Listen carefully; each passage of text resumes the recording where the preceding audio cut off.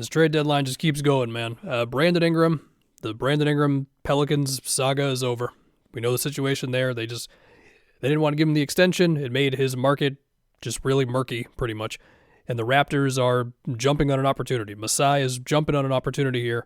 It's Bruce Brown, it's Kelly Olynyk, and it is Pacers' 2026 top 4 protected pick from the Siakam trade.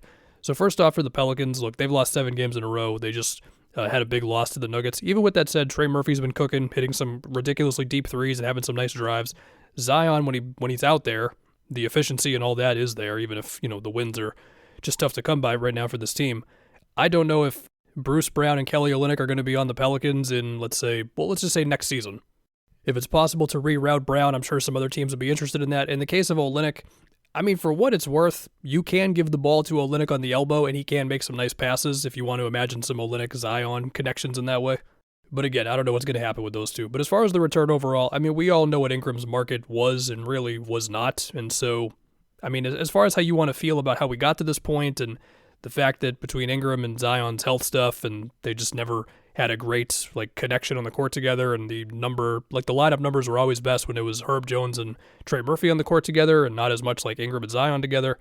There was one year where they were actually really positive together, but they barely played together, which was also another thing. They didn't share the court as often as you wanted them to either. What are you going to do, man? And so now Ingram goes to the Raptors, and I think the Raptors' plan here is because of Ingram's injury, the Raptors are going to wink tell him, hey, be as patient as you want with that, which allows them to continue the tank, which is actually funny because they've actually been kind of good lately, but I'm imagining this is just a random blip on their thing. And then they will give Ingram the extension.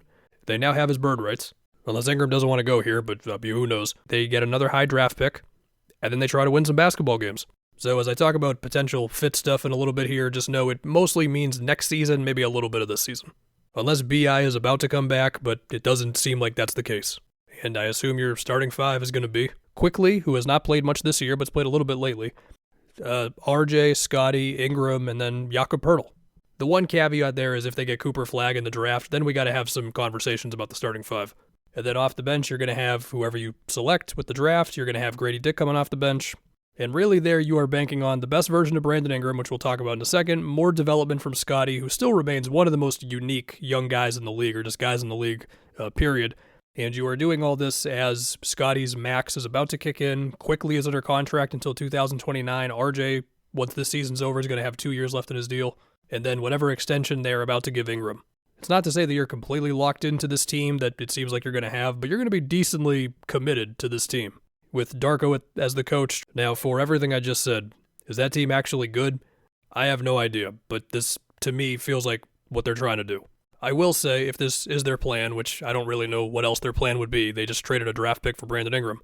I struggle to see a pathway for them to become real players in the East when you look at the Celtics, Cavs, Knicks, etc. Unless Scotty takes another leap, which I'm sure they're banking on, but who knows. I still like him. Or another trade opens up where you can get a great player, or you draft some star player, whatever, the normal stuff. But they got a good player for what they deemed to be a good price, and they had no chance to get him otherwise, so okay. And again, they can still basically tank this year, and they still have all their future picks, so it's not like they're strapped for assets. Let's just talk Ingram for a bit. So, Brandon Ingram, 56 to 58 true shooting or so.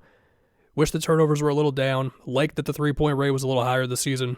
Granted, he's only played 20-something games this year, but okay. Of course, he enjoys his mid-rangers and all that.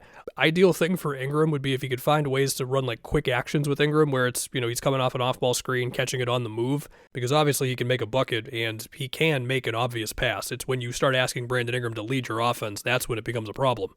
As I say that, you are still going to have possessions where the ball ends up in his hands with about 7 seconds left, and hey, he can go to work, he can make tough shots, he can make fadeaways. And you're still going to see some simple screen and rolls with him and Jakob Poeltl. I get it, he's not a perfect player, but that stuff is still valuable. I'm also picturing Quickly and Ingram having some Quickly throws the ball to Ingram and immediately sprints into a handoff action, stuff like that. But as far as the rest of that team and making it work on offense, Quickly coming back and being someone who can make threes off the dribble is going to open up stuff for everybody. I mean, the way I feel about RJ, it's kind of a similar way I feel about Ingram. You want him catching the ball on the move to be able to get downhill as opposed to idling all day. As I say that, RJ, his assisted baskets are a little down this season compared to after the Raptors traded for him, where it was striking how much more of his stuff was being created a little bit more for him. Like, he was still taking it off the dribble, but, again, catching it on the move, stuff like that.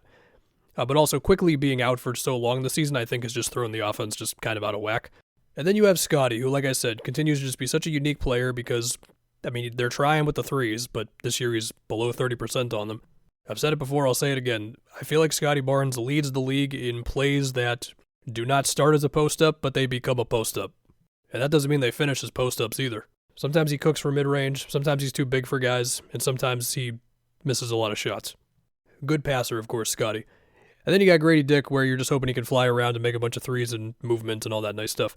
It does feel like if that offense may risk being like a little too much of Scotty, Ingram, and RJ kind of trying to go in the same places, even if, again, like RJ's taken threes, Ingram has taken more threes this season.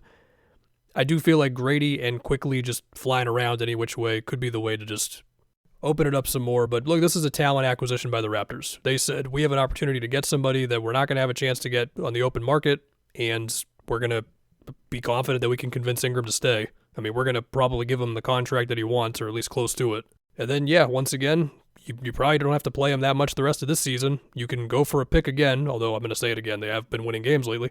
And then you got Davion and Abaji. We'll see what happens with them because they got some contract stuff going on. Mobo, like the hustle, like the defensive versatility, don't know where the offense is going to get to. They got a bunch of guys. They got Jacoby, they got Boucher, they got Battle, Shed. Raptor fans are very happy to keep Boucher. I don't know, man. It usually seems like teams have about a 3-year clock with this stuff before they just try to win games. Like the Rockets did a similar thing.